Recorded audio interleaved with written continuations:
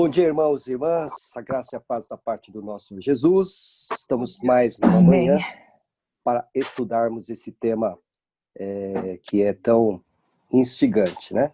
E eu quero começar orando, né? Vamos orar pedindo a Deus que nos abençoe nesta manhã, né? Pedindo pelos enfermos, pelos enlutados, nós temos enlutados nessa semana, infelizmente, né? Pedindo pelo nosso estado, pela nossa cidade, para que a gente possa retomar. Oi. Eu tenho a mãe da uma grande amiga também de espiritual da igreja. Sim. A mãe dela tá com Covid e eu soube que ontem foi para UTI. O nome dela é Maria. Maria. Ela pediu para Ok. orar, sabe que eu tô no grupo. Tá certo. Então nós vamos orar pela Maria. Há algum outro pedido de oração que vocês queiram trazer? É só ativar o seu som aí e pedir.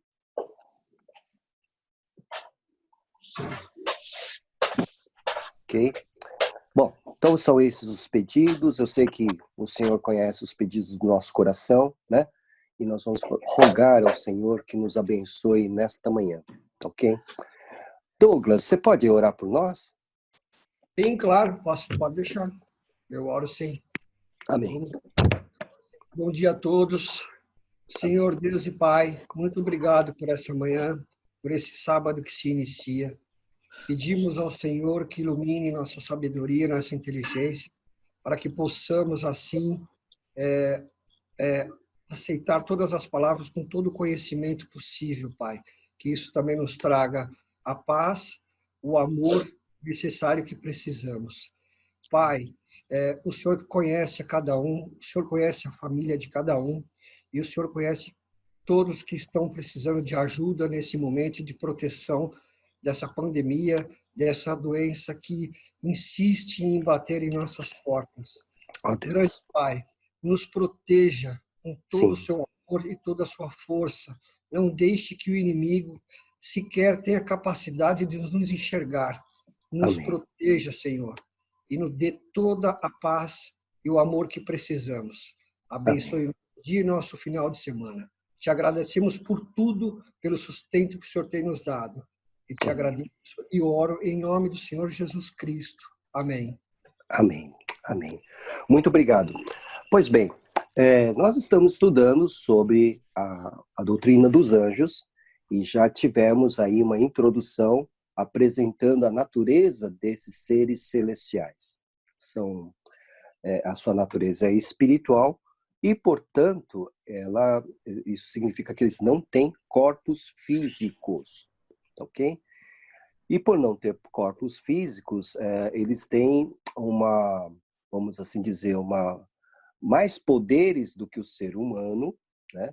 Mas eles não são todo-poderosos, porque são também criaturas, foram criados por Deus. Então, se nós pudéssemos pensar numa escala, né?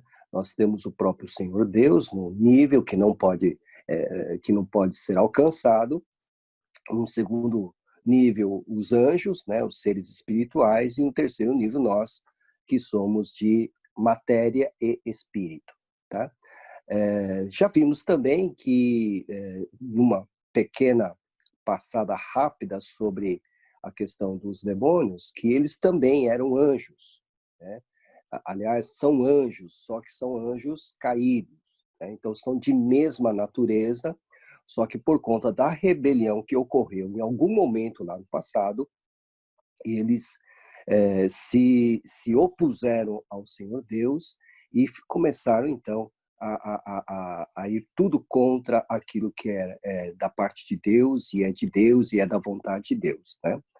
E se tornaram de uma vez só, de uma única só vez, aquilo que nós chamamos de demônios, né? São anjos caídos, mas vieram da mesma massa, como nós colocamos, né? Se pudéssemos pensar assim, eles foram criados todos no mesmo momento, ou quase ao mesmo momento, só que houve uma situação em que eles se decidiram, um terço deles decidiu estar contra a pessoa do nosso Criador. Pois bem, então nós vimos isso. E agora, vamos dar continuidade ao nosso estudo, Mas antes eu quero contar um pouquinho a respeito da obra, né, da função, da tarefa dos anjos, né? O pastor Valdomiro Tinichak, falecido, ele foi presidente da Junta de Missões Mundiais da Convenção Batista Brasileira. Em um certo culto em que eu estava presente, ele contou a história muito interessante de um casal de missionários que estava ali trabalhando na África. Não me lembro bem em que país da África, mas eles estavam ali servindo a Deus, né, na África, e esses missionários eram norte-americanos. E não sei se vocês sabem, vez por outra, eles tiram uma licença para voltar ao seu país, né, que os enviou, para prestar relatório, para descansar, né, e para prestar relatório, quantas pessoas foram batizadas, como estava o trabalho de missões lá, enfim, um trabalho missionário que muitas vezes ocorre aqui no Brasil também, né? Então, os missionários retornam para suas igrejas, né, para contar o que está acontecendo. Pois bem, e aquele casal de missionários, então, se preparou para voltar, só que onde eles estavam, o pessoal que estava com eles, falava para o casal, olha, vocês estão saindo no horário errado, porque vocês vão passar no meio da noite no território, né, de um pessoal que é hostil a nós, né? E se acontecer alguma coisa no meio da noite, no meio do território deles, vocês não vão estar em segurança, né? Mas eles falam, não, nós vamos orar, tal, enfim, pegaram o jipe deles e caminharam, né? Rumaram para o aeroporto, mas tinham que passar por aquele território à noite. O jipe quebrou no meio daquele território, né? No meio da noite, na escuridão, né? Não tinham o que fazer, ele e a esposa não tinham o que fazer para consertar na escuridão aquele jipe. Então, oraram, dormiram, né? De manhã cedinho, então, puderam ver o que havia acontecido com o jipe, consertaram e foram para o aeroporto, né? E voltaram para os Estados Unidos. Chegando nos Estados Unidos, eles começaram então a fazer todo aquele roteiro de visitar igrejas, agradecer, etc. Então, quando chegaram na igreja deles mesmo, o pastor virou-se para eles e falou assim, escuta, no dia tal, à noite tal horário, estava tudo bem com vocês? Aí o missionário puxou pela memória e falou, não, nesse horário, nesse dia, nós estávamos com o jipe quebrado no meio de um território muito difícil, um pessoal que é hostil a gente, um pessoal que não quer saber do evangelho e tal. E nós, infelizmente, nosso carro quebrou lá, mas graças a Deus não aconteceu nada. Falei, por quê? Aí ele disse, olha, nessa noite nós estávamos reunidos aqui na igreja e Deus nos constrangeu de uma forma tal que eu tive que pegar alguns diáconos comigo, ficamos no meu gabinete pastoral, orando por vocês a noite inteira. Aí o missionário agradeceu, né? Puxa, que bom, né? Então a oração de vocês nos protegeu, sem dúvida nenhuma. Então, ok, pegaram, voltaram para os Estados, voltaram para a África, né? Continuaram o seu trabalho, alcançaram um nativo daquela região hostil. Daquele nativo, as pessoas começaram a se converter, né? E chegou até o chefe daquela região, da aldeia, que também se converteu. Então, houve, né, uma mudança ali, o missionário pôde visitar aquele território que antes ele não podia visitar, enfim. Aí, numa reunião, a história é um pouquinho longa, mas vocês vão entender. Numa reunião com o chefe, agora convertido, ele falou assim, você lembra uma vez que você estava com o seu carro, com o seu jipe quebrado no meio da noite, aqui pertinho? Eu falei, lembro sim. Até a gente nem fez nada com o carro, estava na escuridão, não tinha o que fazer. Pois é, a gente viu que você estava com problemas. Então, nós começamos a nos aproximar, rastejando, para matar vocês, né? Éramos eu e alguns homens comigo e estávamos nos aproximando para acabar com a vida de vocês. Falei, puxa, E por que vocês não mataram a gente? Então, a minha pergunta é, quem eram aqueles homens de branco que estão ao redor do jipe de vocês? Nós ficamos com medo deles e resolvemos não fazer nada contra vocês. Então, esta história verídica revela, né, que Deus tem recursos sobrenaturais que Ele põe ou disponibiliza para o seu povo, para os seus filhos e filhas, né? Principalmente e especialmente quando nós estamos empenhados em fazer o trabalho ou fazer com que o reino de Deus cresça. Então, isso vai ao encontro, né, daquilo que nós lemos lá em Hebreus, que os anjos são espíritos ministradores, né? Ministradores no sentido de servir. São destacados por Deus para que a obra do Senhor possa ser feita através de nós, né? Então, é uma realidade, né? Então, esses seres celestiais são uma realidade.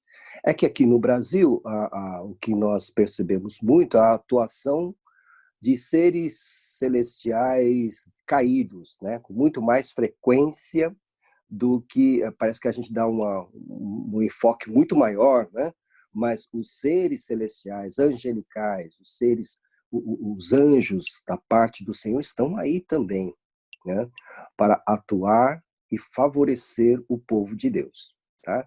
E várias outros relatos eu poderia trazer aqui que comprovam a sua existência, claro, mediante a experiência. A comprovação mediante documento, né? O nosso maior documento é a Bíblia Sagrada. E a Bíblia Sagrada, né, revela, sem dúvida nenhuma, acerca da existência desses seres celestiais. O Dr. Richard Sturz, ele escreveu um livro sobre teologia sistemática e ele explica que por que nós devemos estudar anjos e demônios, né? A primeira razão que ele coloca é que, em primeiro lugar, como nós temos inteligência, né? Como Deus nos deu razão, inteligência, nós podemos pensar e especular a respeito das coisas sobrenaturais. Não nos é proibido isso. Isso não é para iniciados, né, como nas religiões misteriosas, só os iniciados que podem, não. A palavra de Deus está à disposição de cada um de nós, né, está nas suas mãos, aí com você. Você pode abrir a sua Bíblia e pode estudar, e pode pensar, e pode refletir e até especular a respeito das coisas sobrenaturais, porque o Senhor colocou nas nossas mãos. Então, primeira razão que o Richard Sturz coloca.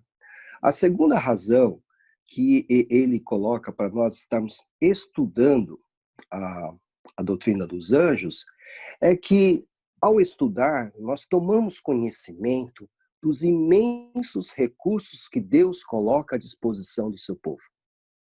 Como nós acabamos de colocar essa experiência desse casal lá da África. Ao estudar acerca dos anjos, nós começamos a conhecer o tamanho dos recursos que Deus coloca em favor do seu povo. Então, se já poderíamos dizer que não estamos nunca sozinhos, desamparados, porque Deus está conosco, além disso, Deus nos favorece com seus exércitos angelicais, né? Então, ao estudar sobre anjos, nós temos essa ideia do tamanho dos recursos que o Senhor, da variedade dos recursos que o Senhor coloca à nossa disposição. Em terceiro lugar, ele diz que o estudo acerca de anjos fortalece a nossa fé.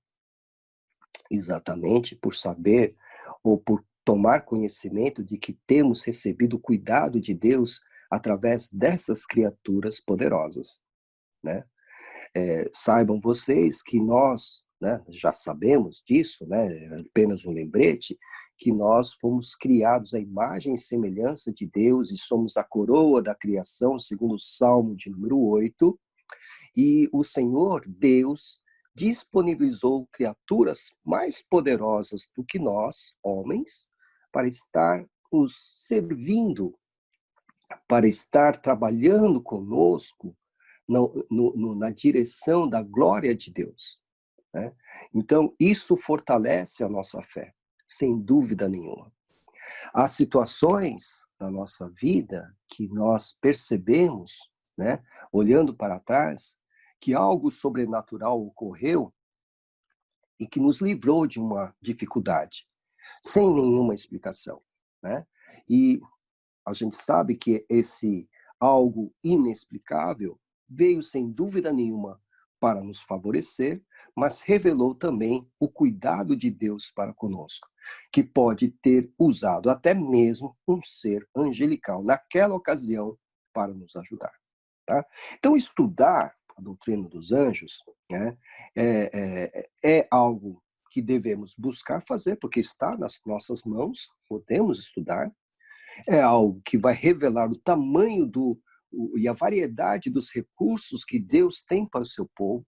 Nós vamos ficar admirados pelo cuidado de Deus e vai fortalecer a nossa fé. Eis as razões porque o Dr. Richard Sturz nos encoraja a estudar a doutrina dos anjos. Lembrando também, né, que o que não ocorre do outro lado, né, que apesar de serem seres poderosos, eles não são objeto de culto, tá? Eles não são objeto de adoração.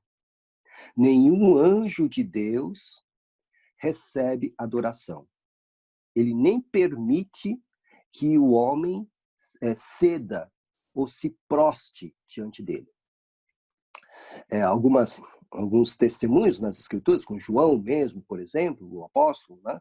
Quando ele desfalece diante de um anjo, tal, o anjo o levanta e diz, não, eu sou conservo seu, ou seja, eu também sou servo. Né? Então, o anjo de Deus, ele nunca admite adoração a si mesmo. Agora, do outro lado, vai admitir. Do outro lado, qualquer um deles vai, inclusive, incitar a adoração. Você vai perceber, por exemplo, na tentação de Jesus no deserto, né? Uma das tentações, Satanás diz, olha, eu te darei todos esses povos, né, esses reinos, se prostrado me adorar. Tá? Então, o anjo do outro lado, né, os demônios, eles querem sim adoração. Tá? Então, uma das maneiras de nós distinguirmos, se porventura um de nós tivermos essa experiência de se encontrar com um anjo, ter uma manifestação angelical na nossa frente, se tivermos essa experiência pessoal, o teste é esse. Se esse anjo aceitar a sua adoração, então foge que não é nosso. Mas se rejeitar a adoração, né, então fica que lá vem bênção, né? Tá certo? Ok. Vamos então dar continuidade. Eu vou colocar os slides, fiquem aí. Só o André me informa se apareceu, tá, André? Tá? Vou colocar aqui o nosso slide. Um instantinho só.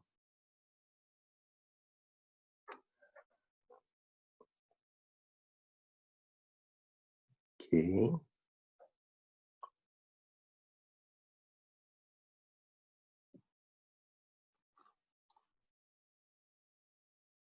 Pedir, abrir. Daqui a pouco vai aparecer, tem que aparecer.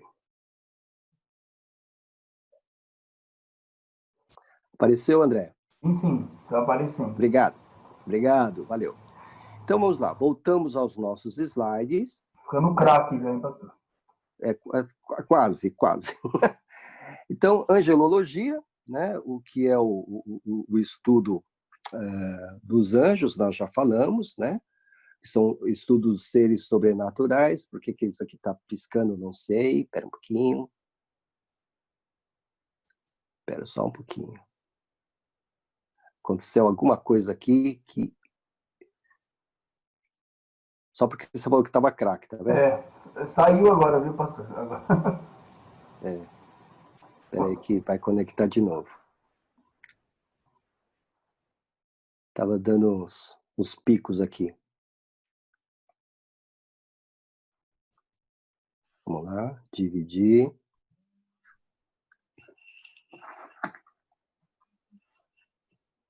Vamos ver. De novo. Saiu? Eita. Aí, tá Tá aparecendo. oscilando. Tá oscilando. Entendi. Pra gente tá ok aqui, viu? Tá aparecendo tudo para vocês? Tá. Teoria sistemática 2. É só para mim que não tá aparecendo. Que coisa. Oh, Jesus. Só para mim que não tá aparecendo. Espera um pouquinho só. Já conserto isso agora. Alguém tem alguma pergunta enquanto eu acerto essa parte aqui? Simone. Sim, pode fazer. Microfone. Tá me ouvindo? Ok, Agora pode. sim.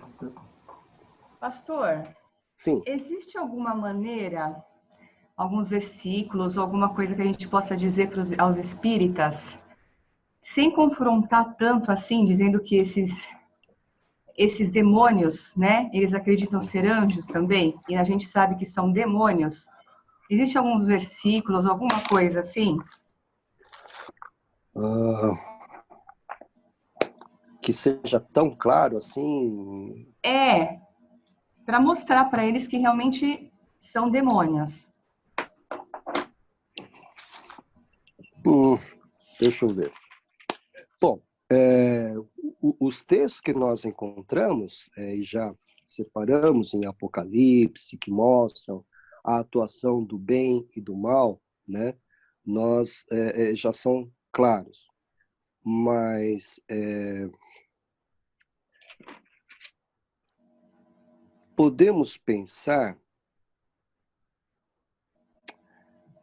Eu estou entendendo o que você está querendo dizer. Eu comentei isso também com meu marido querido. Uhum. Ele estava falando para mim que a gente também pode falar que os espíritos não podem estar em todo lugar e a todo momento. Por exemplo, para o pessoal da macumba, tal, tipo o Preto Velho, né? Uhum. Que em qualquer momento que eles chamarem, vai estar lá. Não, nosso Deus não é assim, né? Mas e para o pessoal o kardecista? Bom, o kardecista, ele está trabalhando muito mais com as questões de espírito, né? E espírito humano, né? Sim.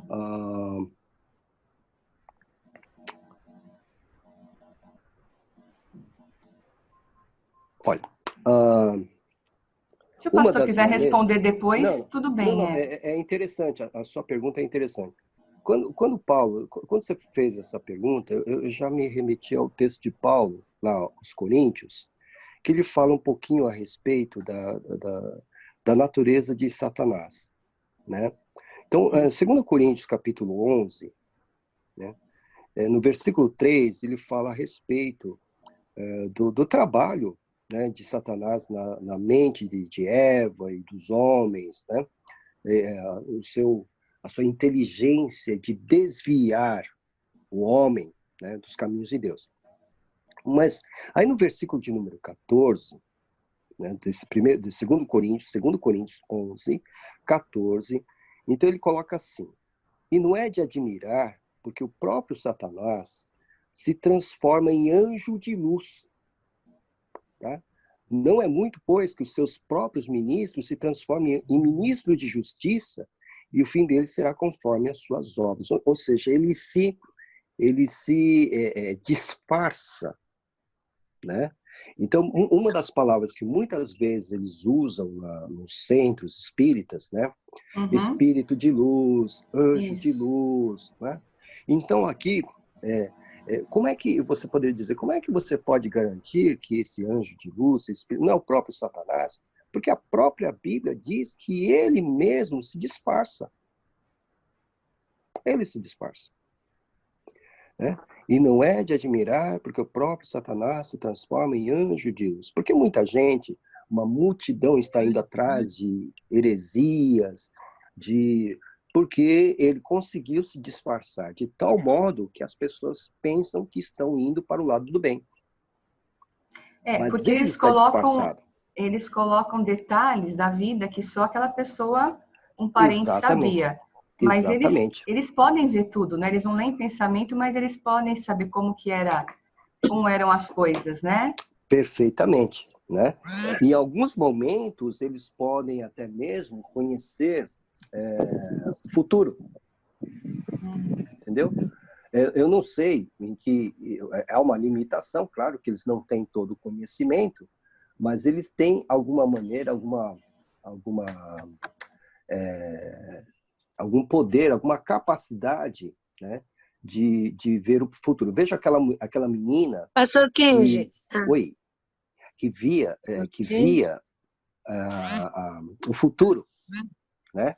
Que via o futuro, está lá em Atos, né? Que inclusive dava lucros para os comerciantes, né?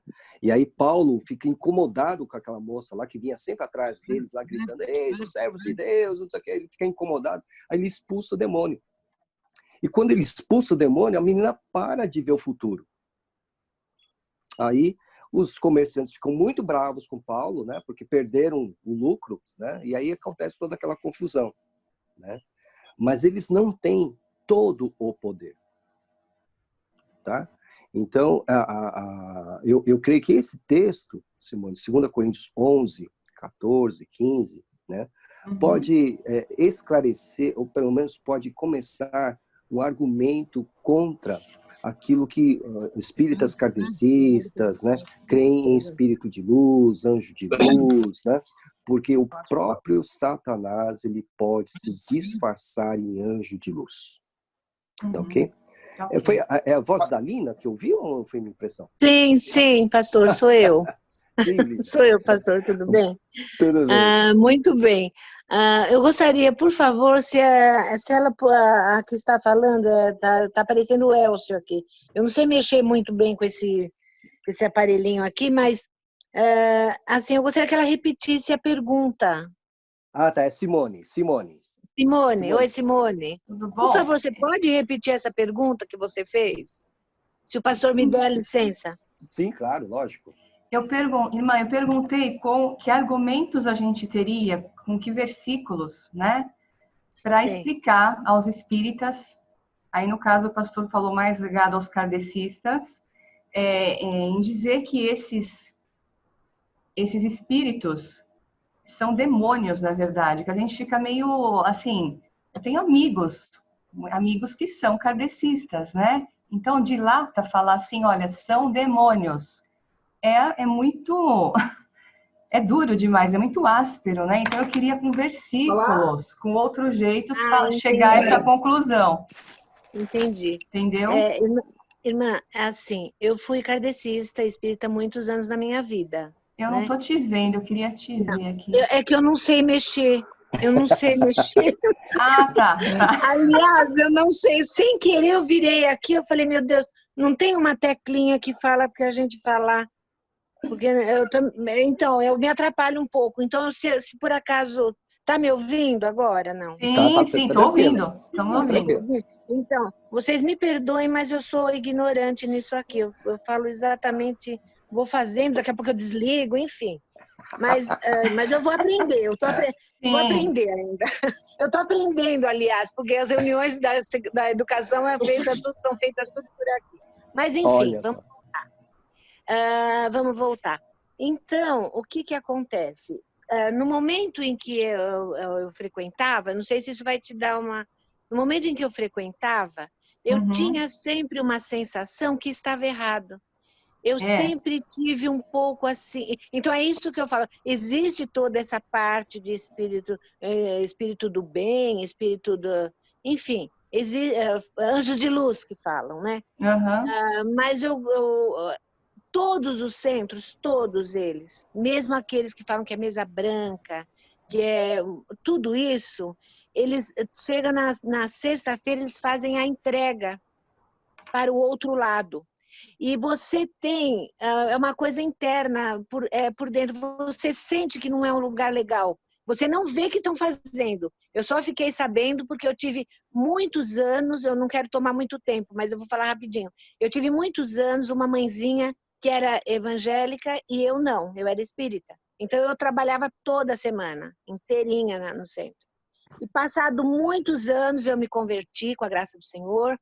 E encontrei com essa mãe e ela falou para mim assim, olha, assim, assim, assim, você falou que nunca tinha nada, que o centro era uma coisa de luz, era uma coisa boa, mas de sexta-feira eles fazem entregas.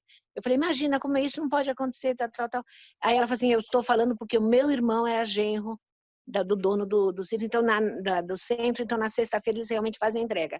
E quando você encontra Jesus, você não tem vergonha de falar que você é cristão, você tem um orgulho de falar. E quando parece que você sabe que aqueles que se falam que são anjos de luz, você sente que não são, um sentimento, é uma coisa interna, assim, quando você tem o seu coração entregue para o Senhor, né? E aí, a questão da Bíblia, a parte dos espíritas, assim, que eles têm, é muito forte, e é o que mais satisfaz o ser humano, porque em tudo tem resposta, né?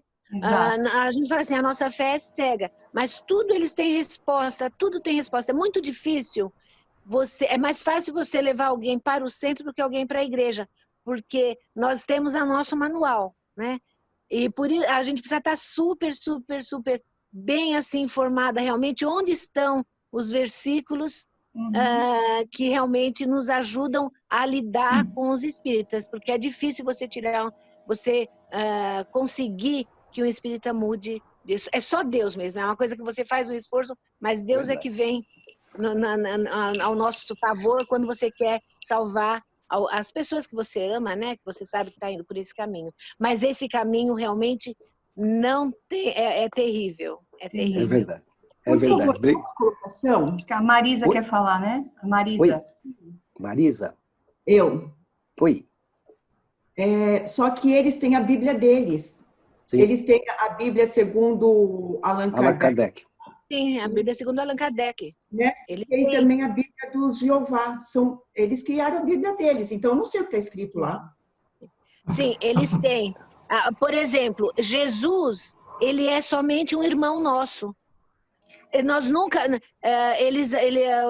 o que eles falam... Primeiro, a parte de solidariedade do Espiritismo é muito forte, de ajuda, como na nossa... Caridade. Nós temos também de caridade. Então, eles se apegam nessa caridade. E a aceitação de tudo. Então, isso aí vai fazendo com que nós, seres humanos, nós nos acalmemos, porque tudo é um karma. Então, tudo é um karma, tudo é um karma. Mas eles têm que saber, todos nós temos que saber que Deus, Ele nos ama, Ele nos quer, assim, infelizes. Mas dentro da doutrina espírita é um karma, então aquilo que você está passando, você tem que passar, que é coisa de outras vidas. Mas nós cremos na ressurreição, nós cremos na nossa vida apenas, né? Então isso aí vai convencendo, entendeu? E eu vou falar um pouco mais, há muitos evangélicos, eu não sei se vocês têm conhecimento, por exemplo, para mim o meu manual é a Bíblia, eu sigo a Bíblia, mas eu já vi muitos falar assim, olha, eu vou naquela igreja, porque lá tem revelação, eu vou lá porque aquele pastor faz revelação, lá tem uma irmã que faz revelação, eu não estou contra as revelações, pelo amor de Deus, né? Porque já aconteceu comigo, mas eu creio que nós, cristãos, nós temos que crer no nosso manual, independente do ser humano, porque o ser humano, seja o pastor, sejam irmãs, somos humanos, então a nossa boca fala, a gente não sabe. Então, o que eu falo sempre para pessoas que falam, eu vou naquela igreja, eu vou naquela outra igreja, eu vou lá que prega isso, aquilo, né? Então, eu falo, não se pode ir atrás, a gente tem que ir atrás da Bíblia, do que está escrito na Bíblia. Porque o ser humano, a língua é enganosa. É verdade. Obrigado, e há muitos evangélicos que partem por esse lado, né? Obrigado, Linda. Quem é que está me chamando? É o Daniel. Silvana também quer falar. Tá bom. Tem bastante gente querendo falar agora, tá? Tem briga. Tá. Então, Daniel primeiro. Vai controlando aí para mim, André. Pastor, a gente tem uma outra referência também, em Atos 8, no versículo 9, aqui do Simão o Mágico. Tá? Sim. Tá? Então, isso daí poderia ser usado também na pergunta da Simone. Esse mágico que iludia as pessoas, né? Ele fazia as mágicas e, pelo que eu entendi aqui, ele abraçou a fé e ele se converteu. Então, ele deixou, né? o que ele fazia, o que ele praticava, né? Esse Simão ainda precisava de muito conserto, porque, na verdade, ele vai abraçar a fé cristã, mas ele acha que o poder que Pedro, pelo poder do Espírito de Deus, podia ser comprado, né?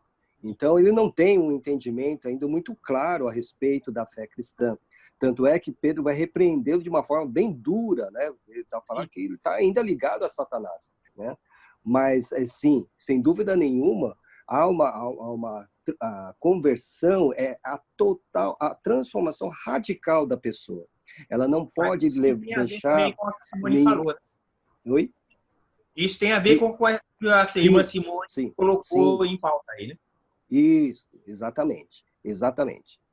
Ok, quem é que vai falar? Silvânia? Oi, pastor. Oi. Então, é o seguinte, sobre a pergunta da Simone, uma coisa que eu penso assim, quando alguém, essa questão do espiritismo, se alguém tem alguma dúvida, às vezes eu falo que a Bíblia fala que os mortos não estão cônscios de nada, né? Então, isso é algo que eu uso também, que eu falo.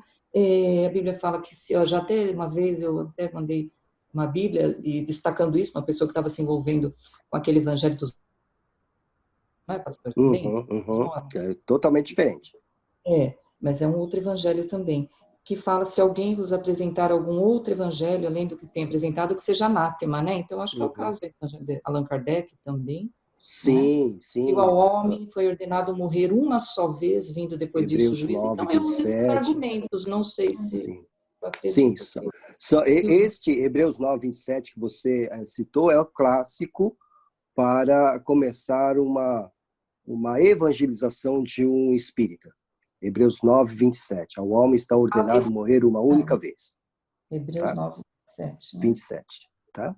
Esses meus argumentos, os mortos não estão cônscios de nada, então eu creio que nenhum espírito pode ir lá. Não é a pessoa ali que às vezes está consultando que eles fazem isso, né? Não há possibilidade de consultá-los por uma determinação divina, né? Não há nenhuma possibilidade. Então, o que os anjos caídos fazem é exatamente uma encenação, que nós vamos ver isso em demonologia, tá? Eles fazem uma encenação, tá? Ok? Isso, pastor. Obrigado pela ajudou, não sei. Ajudou.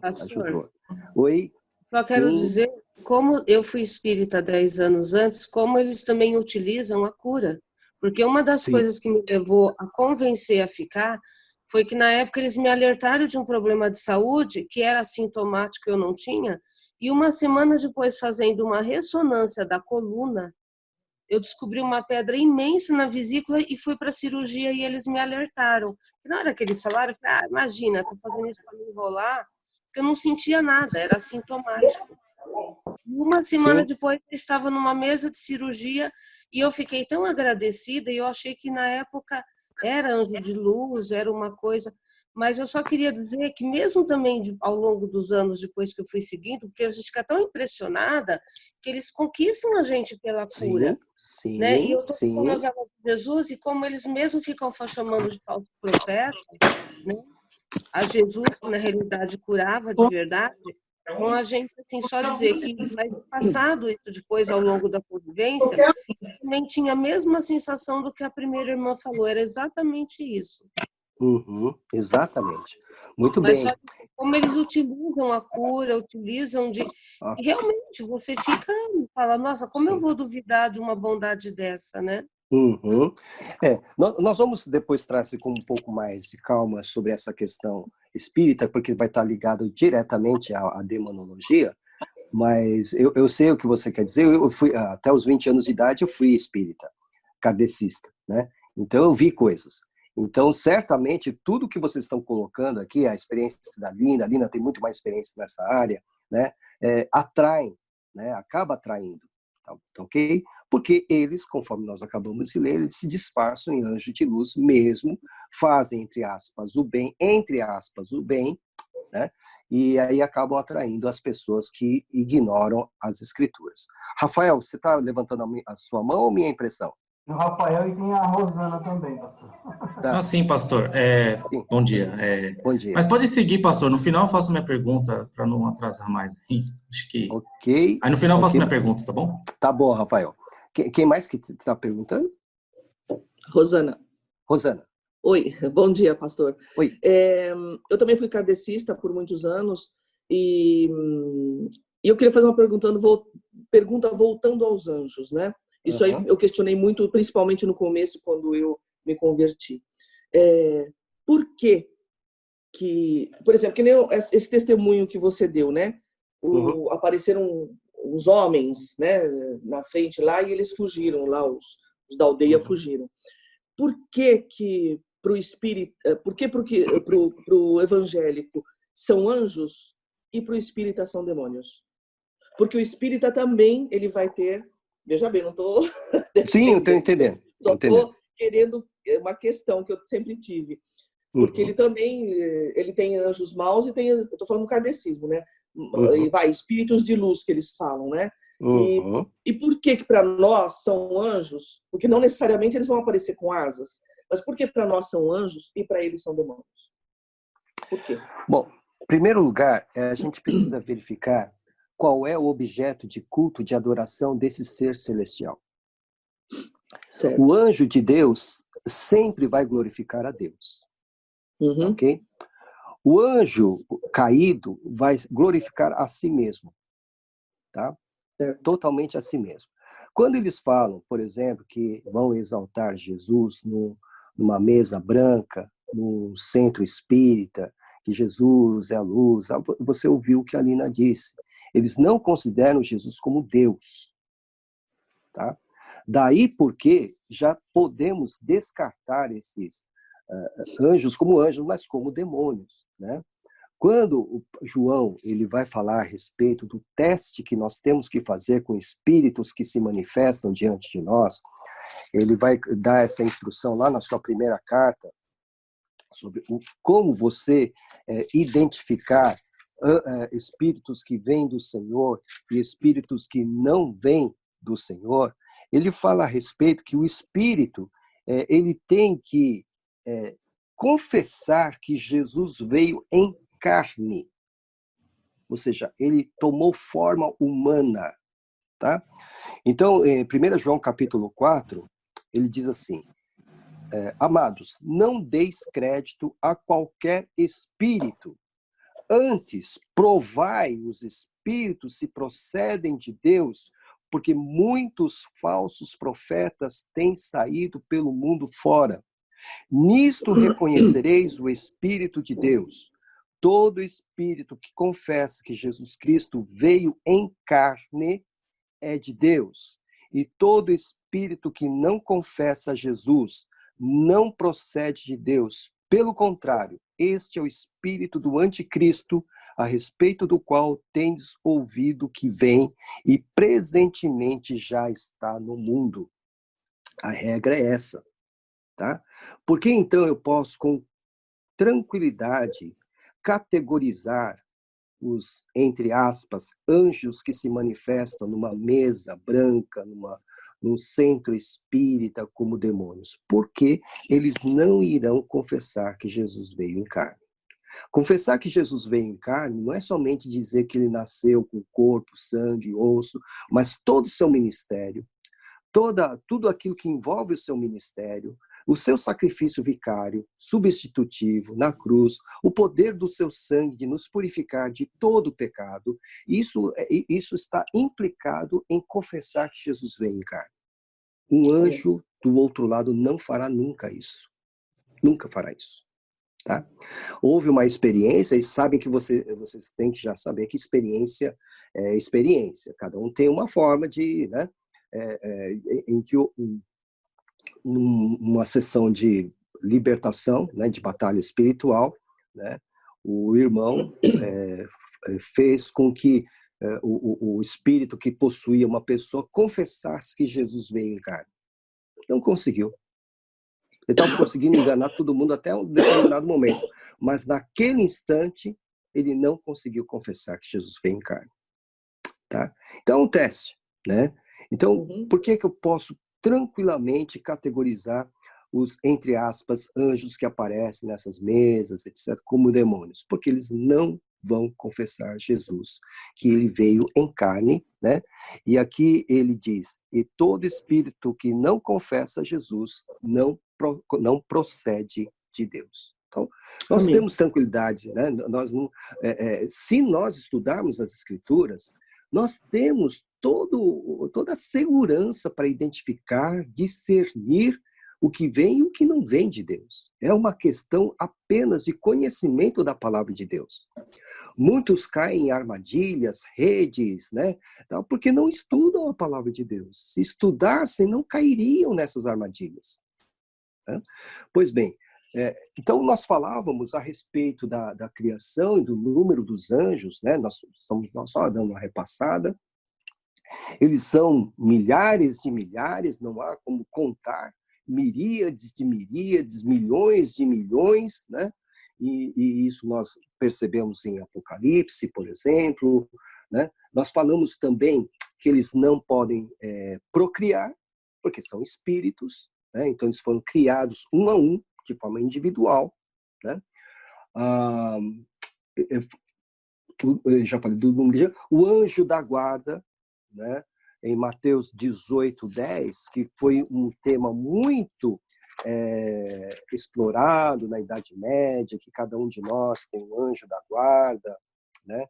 E deixa eu colocar aqui o texto, 18:10. Tá assim: vede, não desprezeis a qualquer destes pequeninos, as crianças, né? Dos pequeninos, porque eu vos afirmo que os seus anjos nos céus veem incessantemente a face de meu Pai Celeste. Então, Jesus estava falando a respeito das crianças, tal, dos escândalos, tal, e ele falou assim, olha, seus anjos, os anjos desses pequeninos, né, estão incessantemente diante de Deus. Então, o que vocês estão fazendo com eles? Os anjos estão reportando. Os anjos estão reportando. Então, não escandaliza que eles estão reportando. Daí veio a ideia do anjo da guarda. Cada um de nós tem um anjo da guarda. Mas veja, está tudo no plural. Né? O texto está todo no plural. Se pudéssemos falar de anjo da guarda, nós poderíamos falar no plural. Tá? Cada um de nós não tem apenas um, mas vários.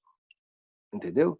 Vários. E que, dependendo da situação, talvez esse número varie, né? Dependendo da situação de perigo, não sei, né? A situação pode variar, né? Pode variar também a questão da qualidade, da especificidade desse anjo.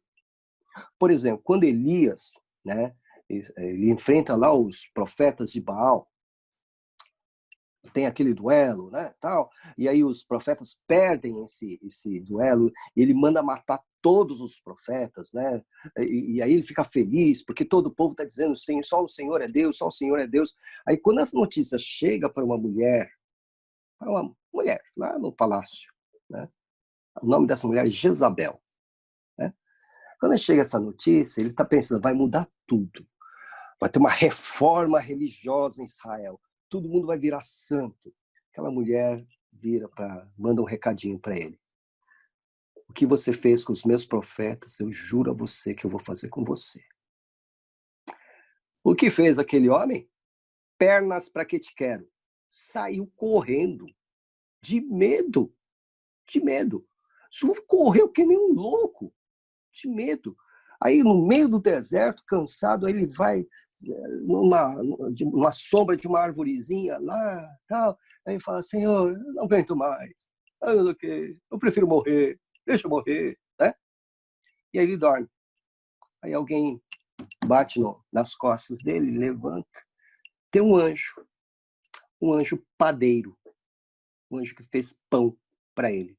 Levou água e fez pão para ele. Você imaginou? Um anjo padeiro, um anjo que sabe fazer pão, né? E um pão não é qualquer pão, não, porque com aquele pão ele andou muito, né? Mas veja como Deus é interessante. Pedro está preso, está no fundo do cárcere, está dormindo. Aí ele sente alguém bater nas costas dele, ele abre os olhos, é um anjo. Aí conforme ele vai acompanhando o anjo, as portas vão se abrindo. Tudo se abrindo. Tudo se abrindo. ninguém vê, ninguém, né? Ele vai abrindo, aí quando Pedro assim, fala, será que eu estou sonhando? Ele abre os olhos mesmo, ele está no meio da rua.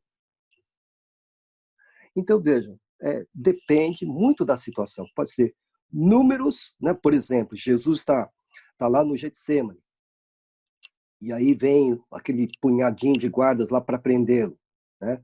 Pedro saca a espada, ele dá o golpe no soldado lá, no Malco, né? Cortou a orelha, porque na verdade ele mirou no meio da cabeça, que o cara deve ter desviado, então cortou a orelha dele. Jesus repreende a Pedro. Pedro, você não acha que eu agora não poderia convocar 12 legiões de anjos para me ajudar? 12 legiões. Cada legião romana era compreendida entre 2.000 a 12.000 homens, a 20.000 homens. Né? Vamos pelo número menor, 2.000. 12 legiões, 24.000 anjos. Um anjo matou 185.000 soldados assírios no Antigo Testamento. Tínhamos lá, então, pelo menos 24.000 anjos. Era só Jesus dar uma piscada para aquele exército. Era só dar uma piscada. Ó. Tá todo mundo pronto ali. Ó. Dá uma piscada para aquele bandozinho ali de pauzinho ali para prender Jesus. Eles não iam dar conta de nada. Iam ser pulverizados. Então, veja, vai depender muito da situação. Então, nós podemos ter um anjo? Podemos ter vários outros anjos. Né? Mas, na Idade Média, popularizou-se a ideia do anjo da guarda, um anjo específico. Né? Um anjo em que vai nos acompanhar, né? E aquele relato de Atos, esse mesmo relato de Atos, quando Pedro ele é liberto, ele volta, vai para uma casa onde ele sabe que a igreja está reunida, orando por ele, né? E a Rode, a menina que vai atender a porta, né? Ela, vamos lá no texto que é melhor, né? Atos, para que vocês também anotem. Gente, eu não sei se é com vocês, mas eu tenho que ficar trocando óculos toda hora, perto e longe. Que isso? Tô doido. Atos, né? Então, antes da pregação de Pedro, deixa eu ver aqui.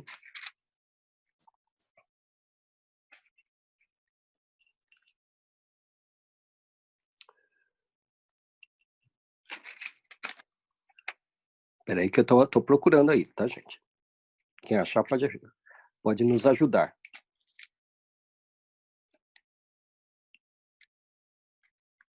Livro de Atos. Acho que depois de Paulo.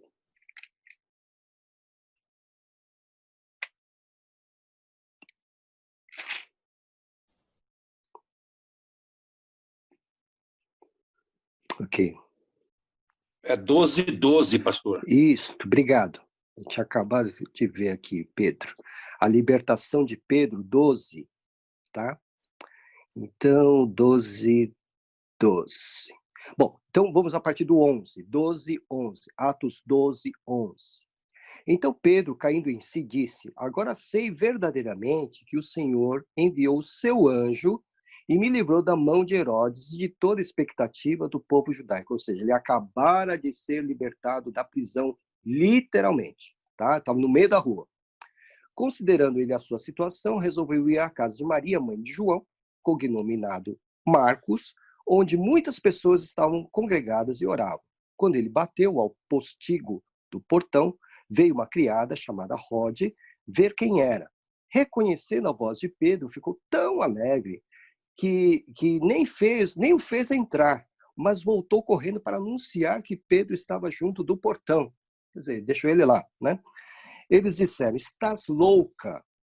E é interessante que eles estavam orando por ele. Né? Ela, porém, persistia em afirmar que assim era. Então disseram: é o seu anjo. Presta atenção nessa informação. Né? Ela ouviu a voz de Pedro, ficou tão... Né? Saiu correndo, deixou Pedro lá batendo na porta. É Pedro, é Pedro, é Pedro. Não, você está louca, você está louca. Não, é Pedro, é Pedro, é Pedro. Não, é o seu anjo. Porque havia a crença, né, de um anjo pessoal que acompanhava tão de perto a pessoa que tinha até mesmo as suas características pessoais, voz e aparência. Essa era a crença. Não, por isso que eu falo, é o seu anjo. Não é ele, é o seu anjo. Percebe? Então, veja, essas crenças, né, reunidas, né, o anjo, né, que em Mateus 18:10, que Jesus fala dos anjos das crianças, dos pequeninos, do anjo que está aqui, dessa referência angelical aqui em Atos 12, o anjo que acampa ao redor daqueles que o temem, nos Salmos, né? Então acabaram contribuindo para o conceito de anjo da guarda. A ideia que nós temos, de uma forma mais específica, é que nós temos não apenas um, mas vários anjos. E que eles vêm, né, por determinação divina, nada que eles façam, eles o fazem de forma pessoal, individual. Tudo que eles fazem é por determinação divina. Lembre-se, por exemplo, de Gabriel, quando vai atender a oração de Daniel, do profeta Daniel.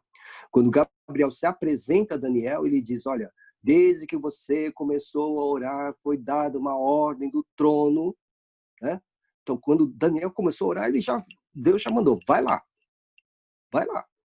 Né? Então, o anjo nada faz por si mesmo. O anjo de Deus nada faz por si mesmo. Tudo que ele faz é por determinação de Deus. Tá? E, no caso dos anjos da guarda, né, mais uma vez, ressaltando, são vários. Né? Podemos ter 1, podemos ter 2, 3, 4, 5, e dependendo da situação, dependendo da ocasião, com algum tipo de especialidade. De volta para Daniel. Então, Gabriel foi ao encontro de Daniel, mas foi impedido pelo príncipe da Pérsia, que é um demônio. Né? E aí, então, impedindo Gabriel de prosseguir, Gabriel vai chamar quem para ajudá-lo? Miguel, que é o quê? Arcanjo. E o arcanjo é o quê? Um anjo militar, um guerreiro. Então, dentre eles, então, nós encontramos vários tipos de anjos, né? Então, nós temos os querubins, que significa agarrados, né? Nós temos os serafins, que significa ser ardente, como se estivesse pegando fogo, né? Os seres viventes diante do trono de Deus, aqueles 4 seres viventes, um que parece leão, um que parece touro, outro que parece um homem, outro que parece uma águia voando, que está lá em Apocalipse capítulo 4. Esses 4 seres viventes são anjos também, são seres celestiais também. Nós temos a figura do arcanjo, como nós falamos, né, que aparece lá em 1 Tessalonicenses 4,16, né, com o nome arcanjo, né, que é o anjo militar. Nós não sabemos quantos arcanjos existem nos céus. A tradição católica trouxe 7 e nomeia os 7, Miguel, e todos terminam com o nome El, né? Mas nós não temos essa informação nas escrituras. Sabemos que existe um, né? Um que é militar, um que realmente duela, um que realmente batalha. Então é o arcanjo que vai anunciar ali a volta de Jesus, né? É o arcanjo que vai disputar com Satanás o corpo de Moisés, está lá em Judas, versículo 9, se você quiser acompanhar, Judas, versículo 9. E aí nós lemos, contudo, o arcanjo, então você está vendo aqui que tem o nome, né, arcanjo, o arcanjo Miguel, quando contendia com o diabo, Satanás, e disputava a respeito do corpo de Moisés, não se atreveu a proferir juízo infamatório contra ele, pelo contrário disse, o Senhor te repreenda. Então a questão, o objeto aqui desse embate, dessa contenda, era o corpo de Moisés. Como assim? Veja que você não tem esse tipo de informação no Antigo Testamento. Só Judas informa isso. Né? E foi uma batalha espiritual. Por que o diabo queria o corpo de Moisés? Tudo que diz respeito ao diabo se diz respeito à idolatria. ou adorar a ele mesmo, ou fazer com que as pessoas adorem qualquer outra coisa menos a Deus. Então, o que o diabo queria? Queria pegar os restos mortais de Moisés para que eles fossem idolatrados, tá? E Deus não permitiu. E não permitiu através de quem? Através do arcanjo Miguel. Por isso que não se sabe até hoje, né, e nunca se saberá onde estão os restos mortais de Moisés. Para que ninguém busque ali um pedacinho do osso de Moisés e se torne ali um deus, né, um semideus aqui, enfim. Então, e era Miguel que protegia então, o local, o lugar, né, dos restos mortais de Moisés. Né? Então, Miguel é o arcanjo, Miguel é o anjo militar que vai em batalha.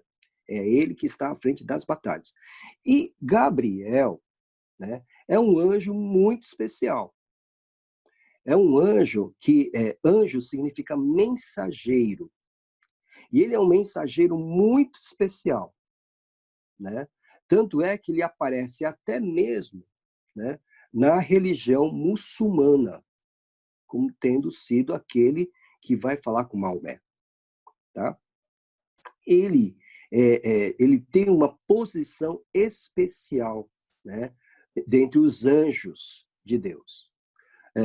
Por exemplo, essa informação de Daniel, né, quando começa Daniel a orar, uma ordem é dada do trono e imediatamente Gabriel sai da presença de Deus, significa que Gabriel está muito próximo do trono de Deus. E a hierarquia de poder angelical, ela se revela assim, quanto mais próximo do trono de Deus, mais importante é o ser angelical.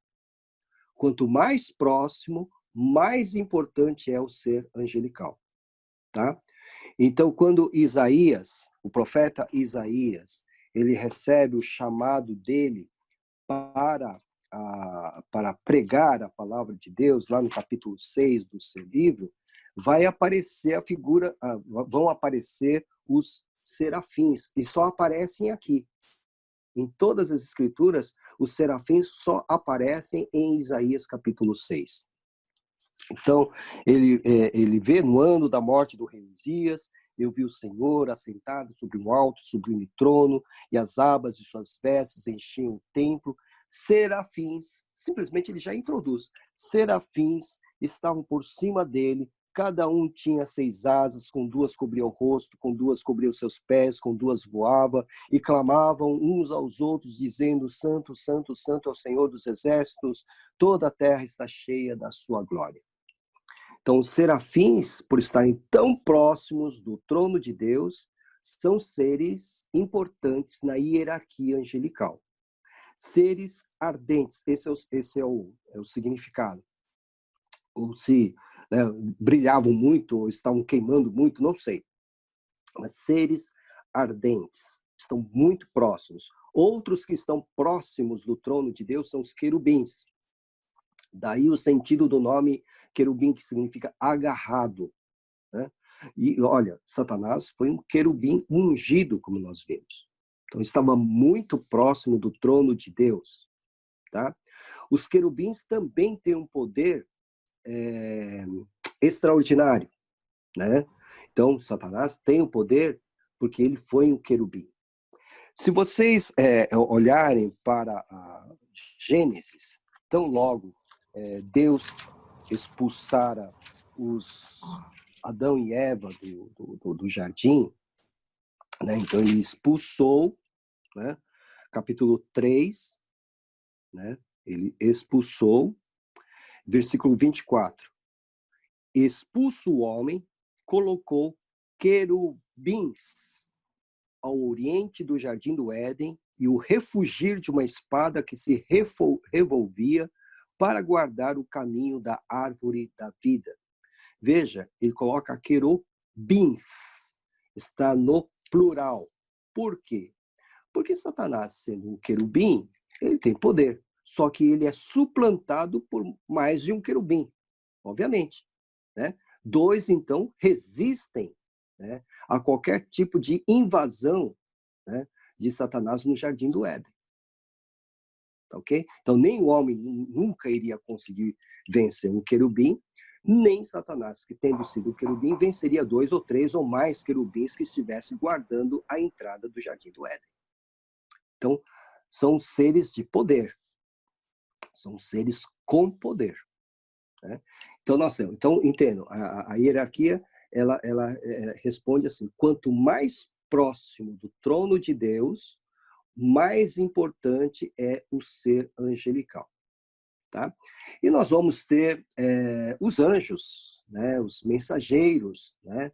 Aqueles que vão trazer os recados para cima e para baixo, conforme, por exemplo, Jacó viu quando estava fugindo do seu irmão Esaú. Então, de repente, ele sonha com aquela escada, né? Cujo topo toca nos céus, e ele vê os anjos de Deus subindo e descendo, numa clara evidência de que os anjos estavam cumprindo o seu papel de levar e trazer as mensagens, né? Levar as informações, enfim, né? O trabalho de um mensageiro. Pastor? Então, nós temos os anjos, sim? A Rosana quer fazer uma pergunta. Pois não, Rosana? Habilita o microfone aí, abençoada. Oi? Só abriu o microfone. Ela não está conseguindo. Aí, abriu. Oi.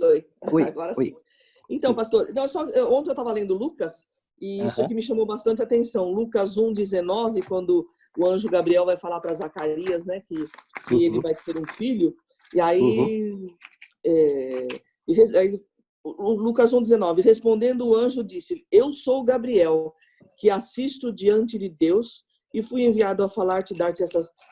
Isso me chamou muito a atenção. Já pensou? Ele está ali do ladinho de Deus, ele assiste, né? Ele é o secretário de Deus, talvez.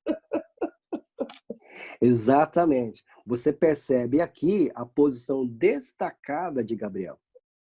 Entendeu? É igual uma secretária de um presidente, né? Que tem acesso direto a ele. Mas talvez ele seja muito mais do que isso, porque ele vai anunciar o nascimento do Redentor. Né? Algo extraordinário, porque realmente isso revela o quão próximo ele está do trono de Deus. E me emocionou muito ontem eu lendo essa passagem aqui. Nossa, achei muito forte. Forte, né? Gabriel, o que assiste diante de Deus. Né? O que assiste diante de Deus. É interessante que Gabriel pode ser traduzido como homem de Deus, né? Ou valente de Deus. Olha. Né? Homem de Deus, homem não no sentido de ser humano. Sim, né? sim, lógico. De ser o seu, por exemplo, seu homem de confiança, né? Vamos assim dizer. Ou valente de Deus. Né? Isso revela o caráter, a natureza do próprio anjo, né, de fazer, né, seu ministério, de fazer anúncios especiais do plano de Deus. Né? Então, e é engraçado que somente Gabriel e Miguel têm os seus nomes citados nas Escrituras. Só eles. Né? Então, todos os outros nomes que vocês virem nessas literaturas místicas que aparecem na banca de jornal, né? Ariel. É invenção humana. É invenção humana, tá? Só temos o nome de Gabriel e de Miguel, tá bom? Verdade. Muito bem, muito obrigado, viu, por ter lembrado desse texto aqui. Ele assiste diante de Deus. Então, nós temos uma hierarquia. Do outro lado, Satanás, ele quis reproduzir essa hierarquia, e a gente vai verificar que ela vai existir, né? E o próprio Jesus vai de alguma forma confirmar isso na expulsão daquele do espírito que tomava conta daquele menino, que jogava ele no fogo, na água, tal, que os apóstolos não conseguiam expulsar. Você se lembra lá em Marcos capítulo 9, que Jesus pegou Pedro, João e Tiago, foram para o Monte da Transfiguração, né? Enquanto isso, lá no sopé da montanha, estava lá o maior perrengue. Né? Os 9 que ficaram no sopé da montanha receberam um caso de um menino possuído desde a infância, né, por um demônio, que tomava conta dele e não tinha o que fazer. Né? E os apóstolos também não conseguiram expulsar o demônio daquela criança, ou daquele rapaz. Aí quando Jesus desce com os 3, aí eles recorrem a Jesus, Jesus expulsa o demônio daquele menino, né? Aí depois muita parte, os apóstolos perguntam, por que a gente não conseguiu? Né? Aí ele vai dizer que existe uma casta, né? Uma espécie, um nível de demônio que só sai com oração e jejum. Ou com muita oração, em algumas traduções, né? Então, assim, parece-nos então que também do outro lado tem níveis. Eu costumo dizer que esses demônios que aparecem em certos programas aí de certas igrejas, né, que filma lá, tá lá dando entrevista, não sei o quê, são os pés de chinelo, tá? São os pés de chinelo. Eu estou dizendo isso aí que fica rolando, gritando, babando, etc. São tudo pé de chinelo. Os piores são aqueles que você não consegue perceber. Já estão possuindo a pessoa, mas você não consegue perceber. Esses são de castas maiores, né? Esses aí que já estão aí, né? São tudo ralé. Tudo ralé. Os piores são esses outros, né? Que vão dominar a mente de uma maneira tal, né, que vão conseguir até mesmo conduzir nações. Não somente o corpo de uma pessoa, mas nações. Tá? O Rafael levantou a mão. Rafael, sim, Rafael, por favor. Não, agora sim, só uma dúvida. Para mim está claro que a cruz derrotou Satanás, certo? E os anjos são importantes aliados aí na batalha espiritual. Até mesmo o apóstolo Paulo fala lá em Colossenses 2 que a cruz despojou os poderes e autoridades, né? Perfeito. Lá em 2,15, inclusive, né? Perfeito. Então eu queria entender por que existe, mesmo eles estando derrotados e despojados dos poderes e autoridades, mesmo assim, ainda existe essa batalha espiritual, entendeu? Qual que é essa relação do que Paulo estava falando, do que existe hoje em batalha espiritual? Teríamos que entender um pouquinho a natureza dessa maldade que existe, né, no coração dos demônios. A gente tem uma pálida ideia, né, quando a gente vê o que acontece, por exemplo, né, em termos de tentar medir essa questão da maldade, tá, gente? Para eu tentar responder a pergunta do Rafael. Por exemplo, nesse tempo de pandemia, quantas pessoas se aproveitaram do sofrimento alheio para se enriquecer, né? Isso é maldade, isso é perversidade. Agora pega essa maldade humana, essa perversidade humana que a gente está contemplando, infelizmente, com os nossos olhos hoje, de pessoas ambiciosas, pessoas que não estão nem aí, né? E estão querendo ganhar dinheiro em cima do sofrimento alheio. Multiplica isso por 1 milhão. Aí você vai encontrar a natureza do coração desses demônios, tá? Eles já sabem que estão derrotados. Já sabem. Satanás já sabe que está derrotado.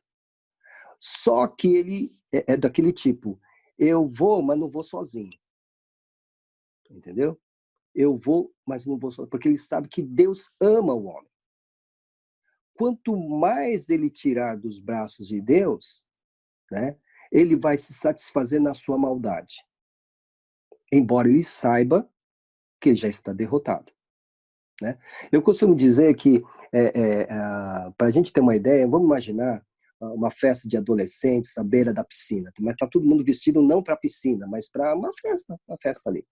E, de repente, alguém tem a brilhante ideia de jogar um deles no meio da piscina, né?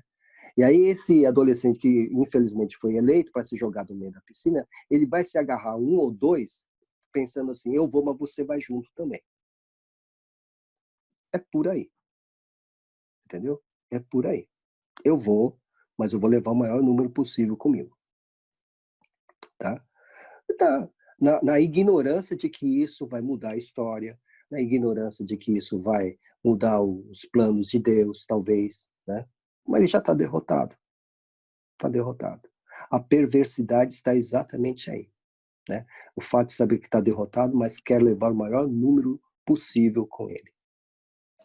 Talvez a mensagem maior, então, seja para nós crentes, então, para a gente não temer absolutamente nada, nem mesmo a morte física. Exatamente. Não temer. É por isso que a palavra de Deus nos ensina, em Pedro, que nós somos peregrinos. E Paulo vai dizer que se toda a nossa esperança em Cristo se resume à vida nesta terra, nós somos os mais miseráveis dos seres humanos. O crente nunca deveria temer a morte física. A morte física é apenas uma passagem para a verdadeira vida. Enquanto vivemos aqui, não devemos desprezar essa vida terrena, mas usar todos os nossos dons e talentos para que o nome de Deus seja glorificado através da nossa vida nesta vida terrena, enquanto vivemos aqui. Mas nunca temer a morte física, porque a morte física é uma maneira de nos promover a verdadeira vida. O que Satanás quer é que temamos a morte física. Por isso ele tem que oferecer todos os bens dessa vida para todos. Amem esta vida, fiquem nessa vida, adorem essa vida, creiam nos bens materiais dessa vida. Ele quer nos manter aqui. Ao passo que a nossa vida é semelhante à vida do povo de Israel no deserto. O deserto não era a terra deles estava diante deles, mas eles tinham que passar pelo deserto. Esta terra não é a nossa terra. A nossa terra está lá adiante, mas temos que passar por essa terra. Pastor, o William quer perguntar. Fala, William. William. Queria que o pastor elencasse de novo a respeito dos anjos e a posição deles, né? Falou dos anjos, os serafins, os querubins, como o cargo deles, né? Seria diante de Deus. Os querubins, a ordem, é complicada a gente falar sobre ordem, né? Mas, por exemplo, eu citei aqueles nomes mais populares. Então, nós temos os querubins, serafins, os seres viventes diante do trono de Deus, que está lá em Apocalipse 4, o arcanjo, o anjo Gabriel. Mas, por exemplo, quando o apóstolo Paulo está preso, né? E ele olha para um soldado romano, né? Ele imagina assim, eu acho que na guerra espiritual nós também temos uma armadura parecida, né? Está lá em Efésios capítulo 6, né? E aí ele diz assim, ele vai falar da armadura que nós temos que ter, o capacete da salvação, tal, que você conhece muito bem. Aí a partir do versículo de número 10, do capítulo 6, ele vai dizer assim: quanto ao mais, sede fortalecidos no Senhor e na força do seu poder. Revesti-vos de toda a armadura de Deus, para poderdes ficar firmes contra as ciladas do diabo. Porque a nossa luta não é contra o sangue e a carne, e sim contra... Aí ele vai colocar uma ordem aqui interessante, né? Ele vai falar contra os principados, potestades, contra os dominadores deste mundo tenebroso, contra as forças espirituais do mal nas regiões celestes. Então significa, veja, que, como eu falei para vocês, o diabo tenta imitar tudo que ele viu do outro lado, né? Então significa que do nosso lado do bem, também temos principados, tronos, dominadores, né, que fazem parte da hierarquia angelical. Então, por exemplo, quando João vê os 4 seres viventes diante do trono de Deus, ele não está vendo apenas os 4 seres viventes. Ele vê também 24 anciãos que estão próximos do trono de Deus. Tá? Os tronos ou principados aqui. São 24 anciãos, né? Que estão, capítulo 4. Né? Ao redor do trono há também 24 tronos, e assentados neles 24 anciãos vestidos de branco, em cujas cabeças estão coroas de ouro. São anjos. São anjos.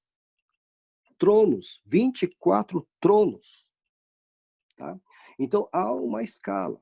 Então, principados, tronos, poderes, ou potestades, dominadores, né? Querubins, serafins, arcanjos, anjos, né? Então nós temos uma série que nós encontramos aqui. A regra que que parece ser muito parecida com a ordem dos metais do tabernáculo, eu vou explicar. No tabernáculo, quando Moisés recebeu a ordem de Deus para fazer o tabernáculo, você pode perceber que do lado de fora, que é uma tenda, né? É uma tenda onde ficava ali a Arca da Aliança. Então, do lado de fora para o lado de dentro, havia uma sucessão de metais. Então, começava com bronze, prata, ouro. Tá? Então, o lado de fora, bronze, prata, e quando chegava no Santo dos Santos, tudo era de ouro. Tá? Dando uma ideia de subida, né? De valor, de importância. Aqui também. Então, entre os anjos, parece-nos que também serve essa mesma regra. Quanto mais próximo, mais importante é. Todos são importantes, todos são. Mas tem uma função muito mais destacada, vamos assim dizer, aqueles que estão mais próximos do trono de Deus. Tá? Agora, dizer exatamente quem é que realmente está, não dá para saber, né? Apenas a gente tem essa possibilidade, conforme diz o Dr. Richard Sul, de especular. Né? De especular. Então, os querubins são os agarrados, os serafins estão ali, né, perto, tem esses tronos, os 24 tronos, os 24 príncipes aqui, os 4 seres viventes que também estão diante do trono de Deus, né? Então, nós temos essas informações, temos esse quadro aí que dá uma ideia de como é o retrato, né, do trono de Deus nos céus. Pastor, a Zenaide agora está com a mão levantada. Sim. Pastor, eu, durante a semana estudando o tema anjo, e acabei achando o versículo Isaías 6, Isaías 6, versículo 6. E agora eu achei interessante que o senhor falou do que é os serafins.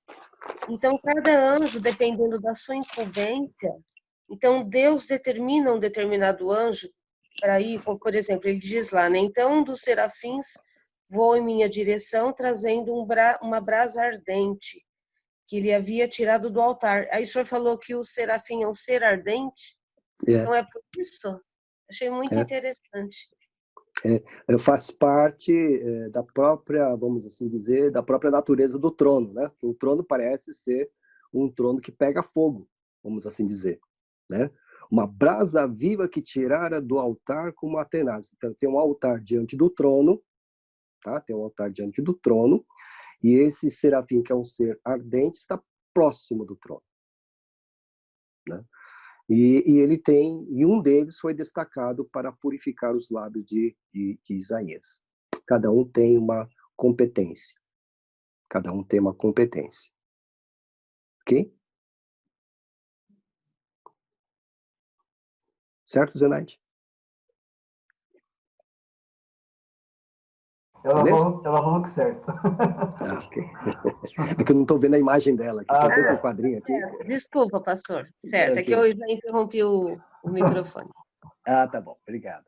Então, veja, os propósitos dos anjos, então, eles são espíritos ministradores, isso está lá em Hebreus, de 13 a 14, espíritos ministradores, né? Então, nós estamos tratando da questão do propósito dos anjos. Ora, qual dos anjos jamais disse, assenta-te à minha direita, até que eu te ponha os teus inimigos por estrado dos teus pés? Aqui, na verdade, o autor da Carta aos Hebreus está dizendo que Jesus é superior aos anjos, tá? Aí o versículo 14. Não são todos eles espíritos ministradores enviados para serviço a favor dos que hão de herdar a salvação? Então, Hebreus 1:14. Enviados para serviço a favor dos que hão de herdar a salvação, que somos nós, né? Espíritos ministradores, no sentido de que eles ministram diante de Deus para adorá-lo e louvá-lo. É nesse sentido, tá? Aí você pode pensar no ministro de louvor aqui na igreja, aqui na terra, né?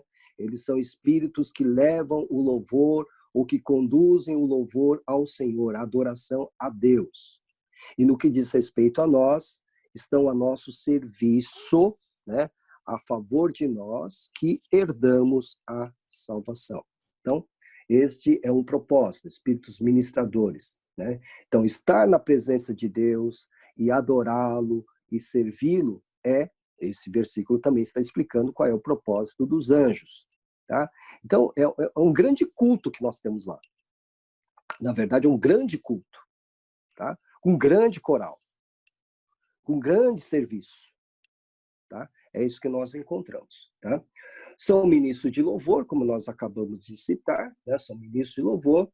Eles se alegraram no fechamento da criação. Então, você pode ver lá em Jó 38:7, que nós já lemos, né? Que eles cantaram juntos, né? Com Deus, né? No fechamento da criação, porque Deus tinha dito que tudo era bom, tudo que ele havia feito era bom, né? 38:7, quando as estrelas da alva juntas alegremente cantavam e rejubilavam todos os filhos de Deus. Ou seja, é uma referência aos anjos. Anjos também são designados como filhos de Deus no Antigo Testamento, tá? Principalmente aqui em Jó, tá? Eles também participaram da transmissão da lei a Moisés, né? A gente sabe que Moisés recebeu da parte de Deus a lei, que foi a constituição da nação, né?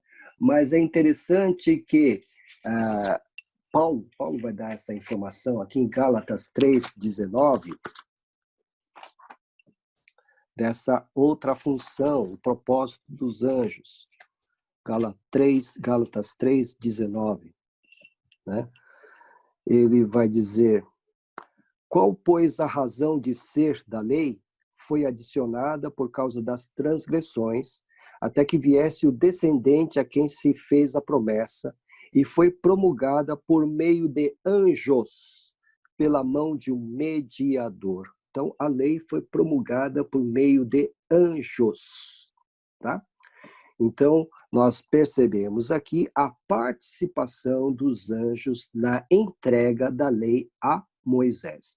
E não somente Paulo vai dizer isso, mas também o autor da carta aos Hebreus vai falar sobre esse papel dos anjos na entrega da lei a Moisés. Hebreus 2:2.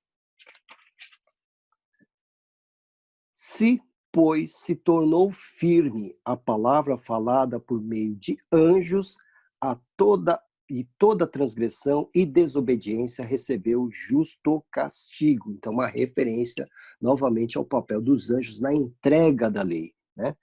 Tornou firme a palavra falada por meio de anjos, tá? A toda transgressão. Nós não temos em detalhe como é que isso aconteceu. Nós temos o relato de Êxodo, quando lá em Êxodo 20, Moisés recebe a lei. Mas aqui, duas informações interessantes. Paulo e o autor da carta aos Hebreus, que é especialista em Antigo Testamento, vão dizer que os anjos participaram da entrega da lei. Alguém quer fazer uma pergunta, não é isso, André? Isso, Douglas. Sim. Pastor, uma curiosidade, quando o senhor fala que Moisés recebeu as leis, né, a Constituição, tem algum relato de onde, por acaso, ficaram guardadas, ou se foi perdida essas leis de Deus? Sim. Estavam em tábuas, né? Estavam em tábuas de pedra, e depois essas leis foram transcritas em pergaminhos e depois em papiros, enfim. Mas as tábuas originais, as primeiras, elas foram quebradas, né? Porque Moisés ficou louco da vida ali e quebrou. Aí depois foram lavradas duas outras pedras, e essas duas outras pedras, elas foram guardadas no interior da Arca da Aliança. Então, dentro da Arca da Aliança, nós tínhamos as duas pedras, né, as duas tábuas da lei, nós tínhamos um pote com maná que descia do céu, e essa porção, né, nunca apodreceu dentro da arca, e tínhamos também a vara de Arão que havia florescido. Vocês sabem que em uma das invasões dos egípcios em Israel, o templo foi saqueado e a arca desapareceu. Com ela, desapareceram também as tábuas, o vaso e o cajado. Tá? João, o apóstolo João, é quem verá essa arca no céu em Apocalipse. Tá? Então, para nós, essas tábuas desapareceram. Não estão mais conosco. Não estão mais conosco. O que temos é o registro no documento que hoje nós temos na mão, que são as escrituras. Agora, a tábua, o material em si, desapareceu. Ok. Obrigado. Amém. Alguém mais? Alguém tinha uma pergunta? Deixa eu ver. Acho que sim. William. O William foi, ele saiu. Ele estava avisando que ia sair. O Douglas me confundiu com o William. Não vai ser perdoado. Então tá bom. Não será perdoado. Tá bom. Tá bom, queridos. Nós vamos parar por aqui, né? Na semana que vem, esperamos Pastor, já... Oi? Silvio. Oi, Silvio. A respeito da primeira pergunta, eu deixei passar, deixar acontecer para não segurar muito a conversa, né? Mas a respeito da pergunta da irmã sobre como a gente sabe os espíritas, né? De uma pessoa que é espírita e não é.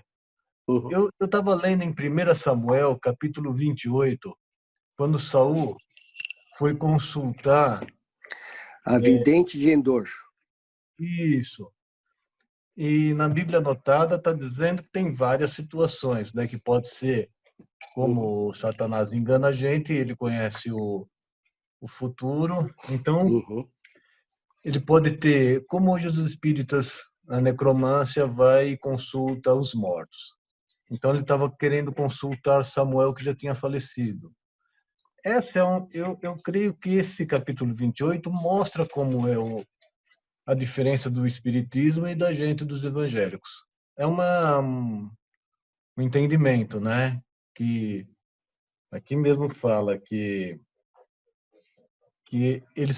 ele pode assim ludibriar a gente, como Samuel falou que veio da terra. Então, quer dizer, o que dá para entender é que ele saiu da terra para nós. E a Bíblia diz que os anjos ele vêm do céu para a terra, né? Que tem a escada que liga céu e terra que os anjos sobem e descem. E aqui na Bíblia fala que tem várias situações, né? Que a própria vidente pode ter ludibriado o Saul e falar que era o espírito de Samuel que estava.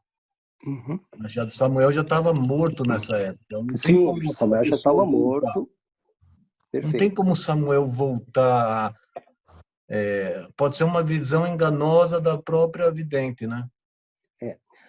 Aliás, eu vou deixar até esse texto, 1 Samuel 28, né? Vocês, por favor, leiam, em especial do 3, versículo 3 ao versículo 25, né? Isso. 28, 3 ao 25, até o final, como lição de casa, como introdução à demonologia. Tá? Introdução à demonologia. 1 Samuel 28, 3 a 25. Tá? E a gente vai explicar no próximo sábado, se Deus quiser, viu, Silvio? Né? Com mais detalhes esse encontro entre Saul e a vidente, o médium de Endor. Tá bom? Não quis atrapalhar, por isso que eu deixei. Não, foi bom. Você deixou para o final, já é uma introdução para o próximo encontro, né? Onde queremos introduzir demonologia. Ok? Obrigado, o Rogério apareceu aí também. Aí, Rogério apareceu. Tá bom. Muito bem, gente. Então, vamos orar, vamos encerrar o nosso encontro de hoje, né? Tivemos muita participação, graças a Deus. Fico feliz quando há essa participação. Simone está levantando a mão? Está levantando a mão, Simone. Diga, Simone. Abre o som. Abriu. Aí. Eu só queria agradecer a quem deu o seu depoimento aí, que já foi espírita, porque eu achei muito legal a gente associar a parte teórica com a prática, né? Achei muito interessante. Obrigada. Obrigado, Simone. Simone, já que você pediu a palavra, você pode orar por nós para encerrarmos a nossa aula? Ok.